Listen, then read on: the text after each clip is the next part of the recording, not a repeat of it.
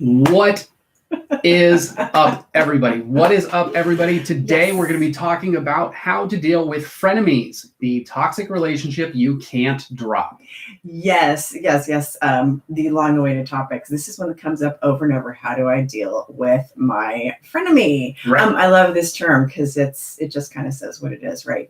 But before we do that, I want to ask you guys when you come on to drop your hello in the comments. And let us know where you're from. Yes, let us know and where help you're from. David out with his geography. Yeah, because we want to see who is online with us live this morning. It's morning for us, might not be morning for you. In fact, you might be sleeping. But anyway, for those of you who don't know us, I'm Heather. And I'm David. I'm from ZenRoseGarden.com, yes. helping people create badass lives.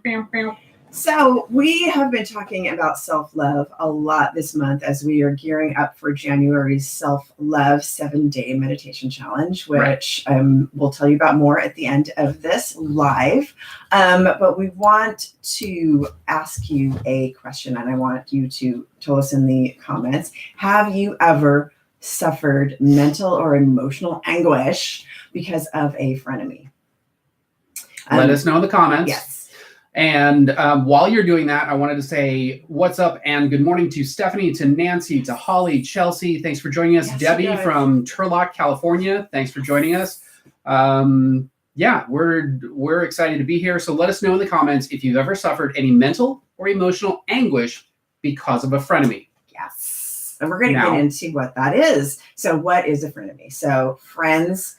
They're friends who take pleasure in your pain and loss. That's kind of a general simple. Right. But we're going to get into 3 specific types of frenemies that you might have experienced and probably have, and how to deal with each one.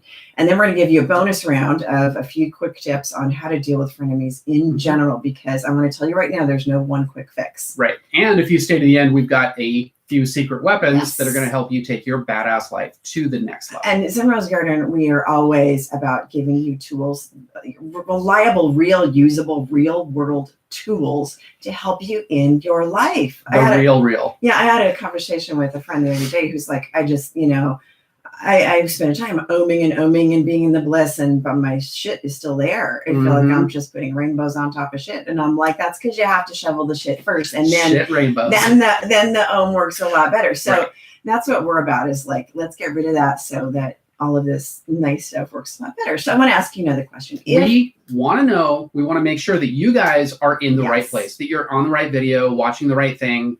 So if you have ever been taken by surprise, and I have, by someone you thought was a friend that suddenly revealed themselves as not so honorable as you thought, didn't have your best interest, if so, you are in the right place. Yep.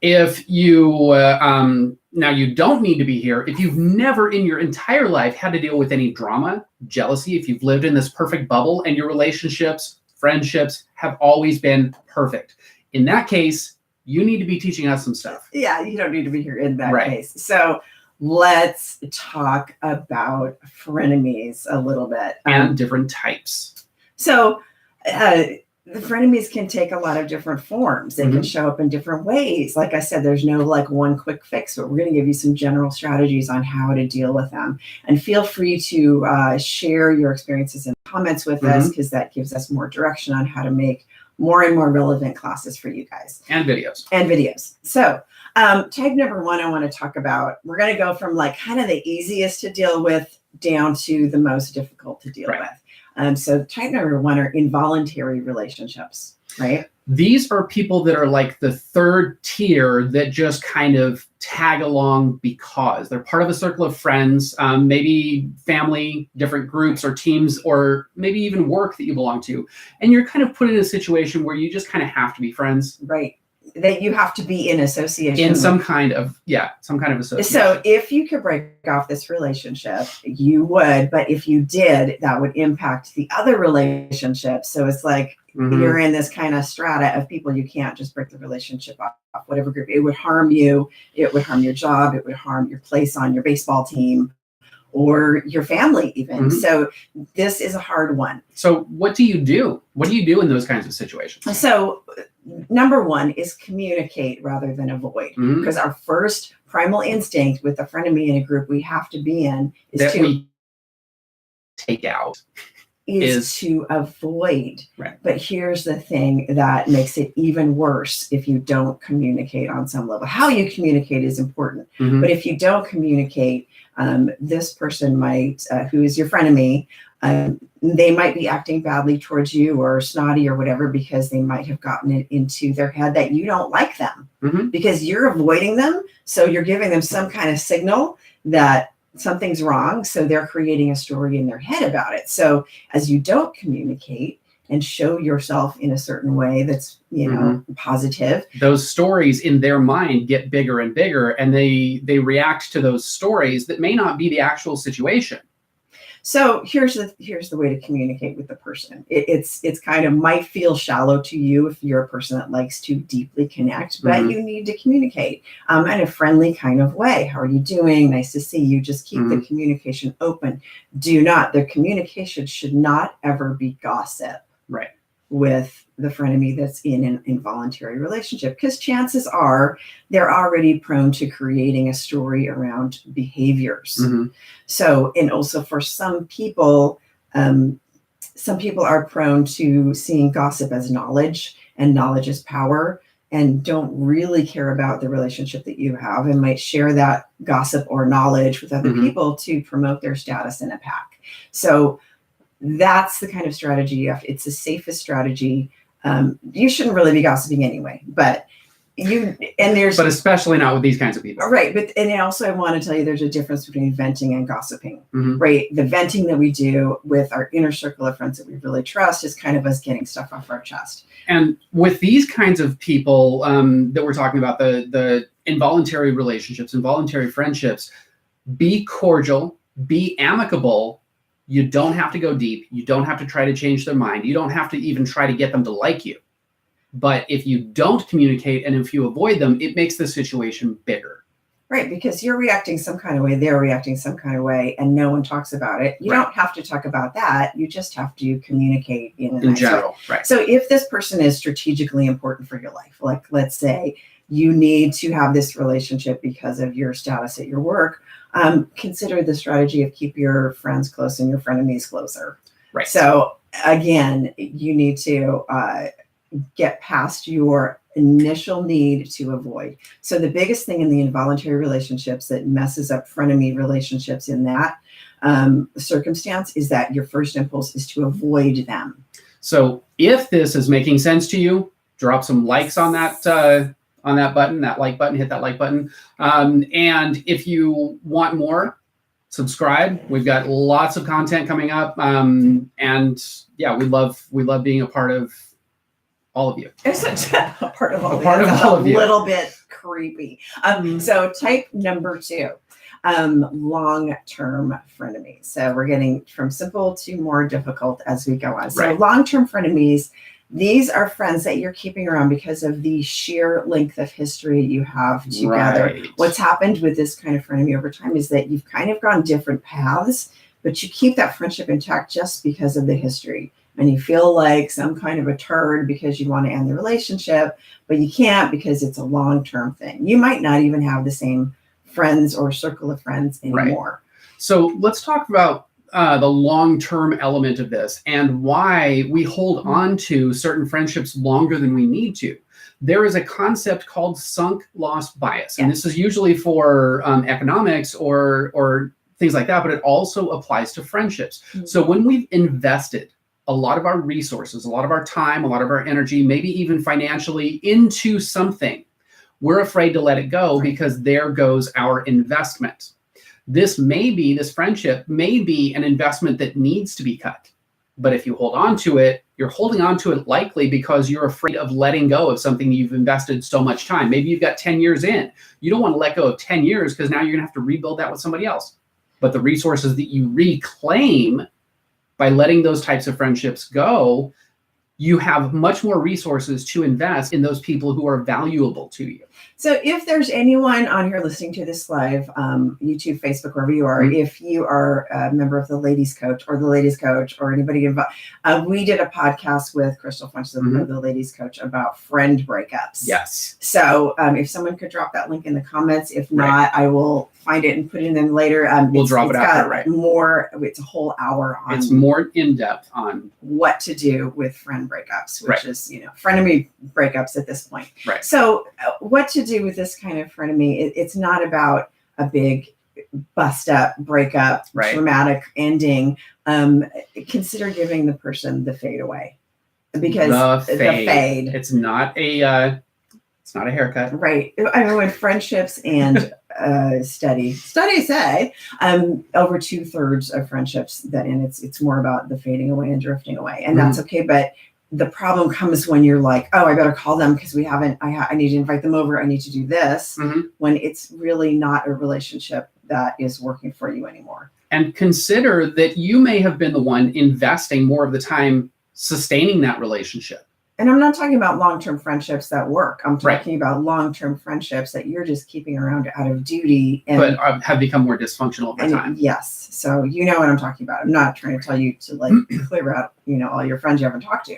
Right. So next we go to tip 3. This is the competitive frenemy.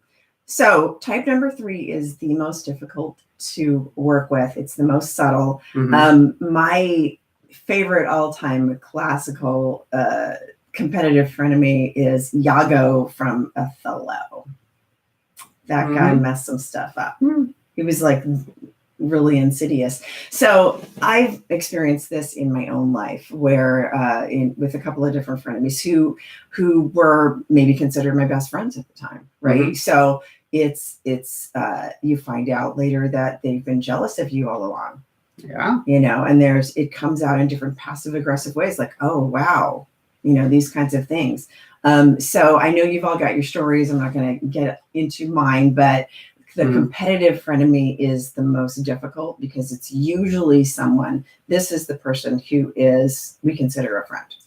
Right. And while you're getting some positives out of the relationship, and those are usually the little pieces of candy that keep you going because they feel good, but there are also a lot of negatives. And sometimes you keep yourself in that relationship rationalizing it because you get this little bit of good out of it. Right. Notice when you're rationalizing, notice when you're just keeping it in play, when it's, and we like to use an 80-20 rule. So 80%, if 80% of the relationship is good, you're probably in a good relationship. If 80% of the relationship is bad and you've got 20% good, you're probably in some kind of a codependent relationship. Be aware. This is a tricky one, because the relationship feels good in part of it. Right. So we keep rationalizing and keeping it around. So, but little warning flags are going to come up, little red flags.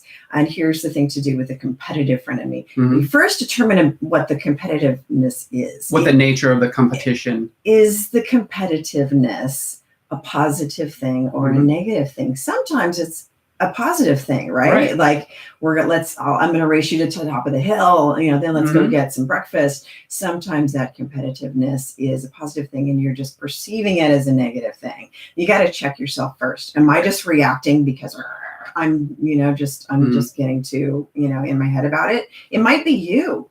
So first analyze, am I threatened by that? Or are you just trying to keep up with the Joneses? Are you just trying to make sure that everybody else around you outside of this friendship knows that you have a good friendship?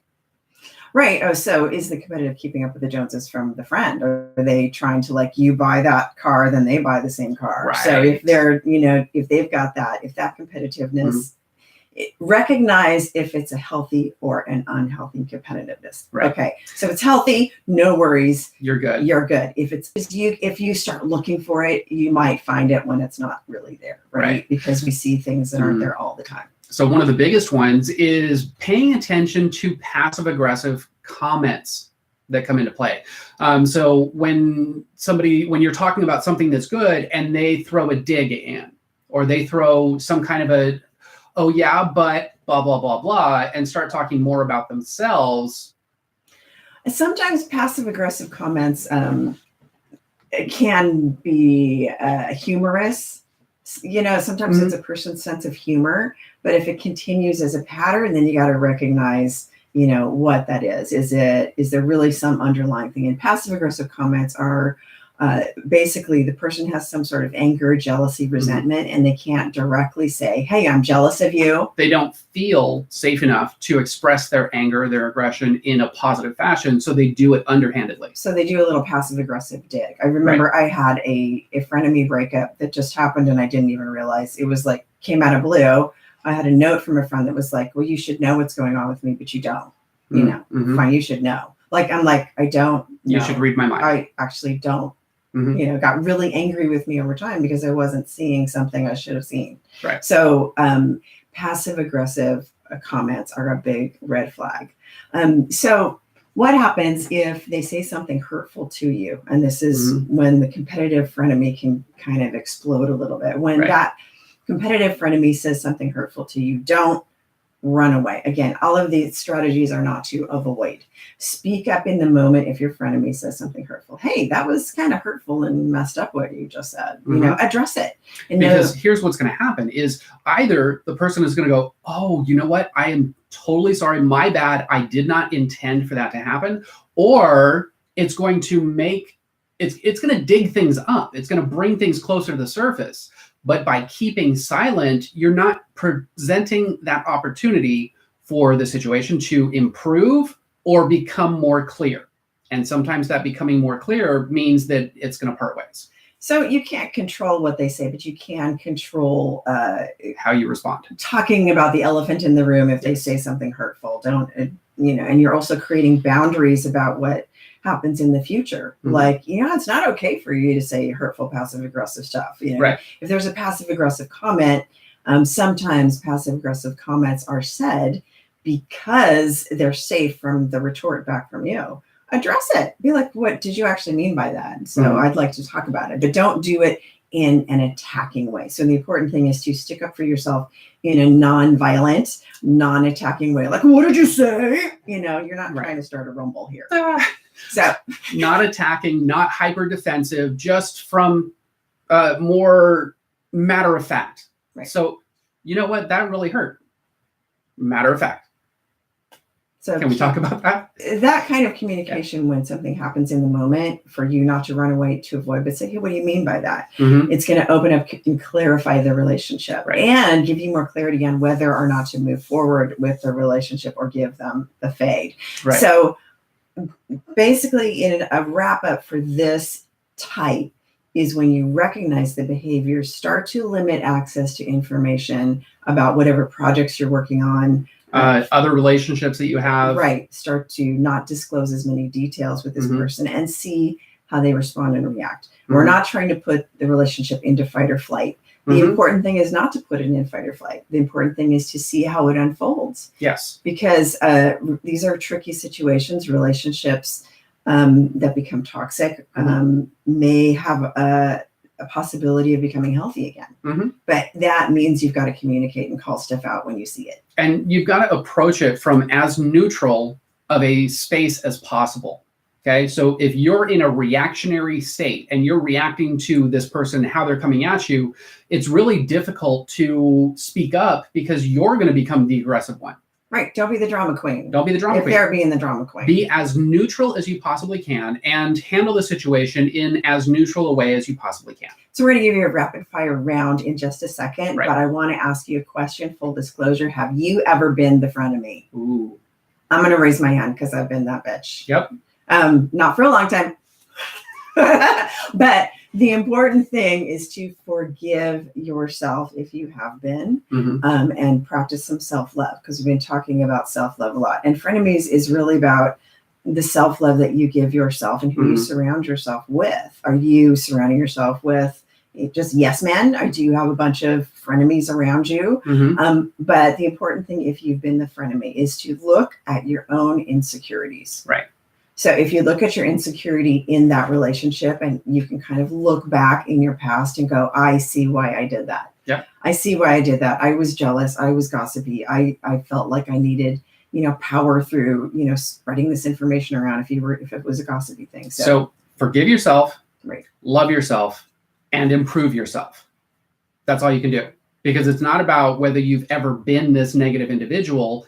Learn from it, grow from it, become a better person because of it, and you'll continue improving your life. So here's where you get your pencils out, because we're going to give you 4 quick rapid fire tips, because like I said, there's no one size fits all solution, but it is important to recognize the strategies that you are using now, which is probably avoiding, that are not working, and stop trying to keep those strategies in play, because they just are going to make things worse. So now it's time for that bonus tip, how to deal with any type of frenemy. Okay, number 1, set and maintain boundaries. While you may spend some positive time together, don't be lulled into a false sense of security with the person.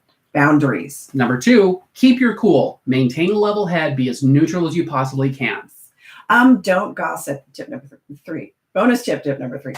Don't gossip with them.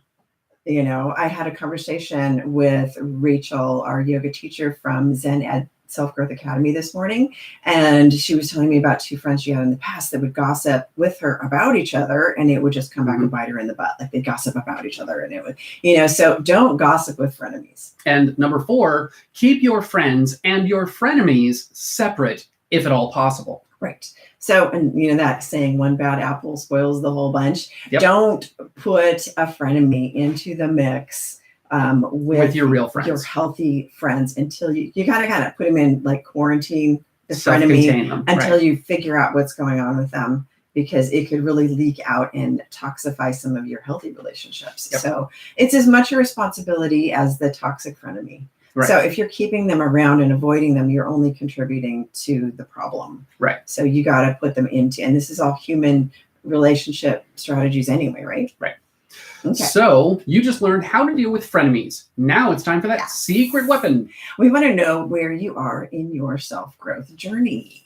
Are you level 1? And let us know in the comments, are you level 1 just starting? If so, if you're just starting your journey into self-growth, we've got access to our free self-growth resources where we've got tons of meditations, videos, and classes to get you started on your journey. Oh, are you level number 2? And this is, have you been practicing for a while? If so, we've got our free Badass Facebook group where we go live twice a week with self-growth tips to create a badass life.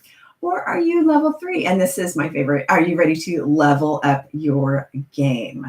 This is where you're ready to join our Zen Ed Self-Growth Academy. We've got multiple teachers with 20 plus new classes live every month and access to all of the replays, so you'll never miss another class. I want to just like add something. I love our Zen Ed Self-Growth Academy group. We've got a lot of students online with us now. And the thing that we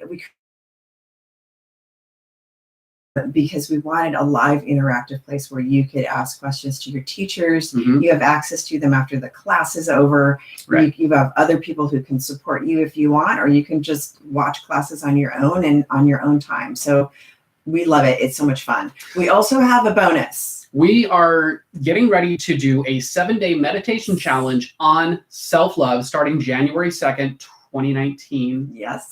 For those of you who are watching in the future. Then let us know how we're doing. Anyway, we're doing a self-love challenge, 7 days of meditation where we're going to go through 7 different elements of self-love. We're going to go through 7 different courses on self-love, as well as a meditation on that topic.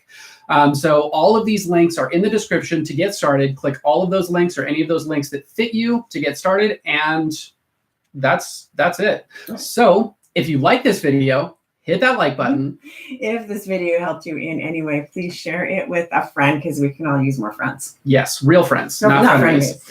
If you have any questions, let us know in the comments. We would love to hear from you. For more badass life tips, be sure to subscribe. And click the bell to turn notifications on. So you're the first to know when we drop a new video. Or go live. Thanks for watching. And we'll see you guys in the next video.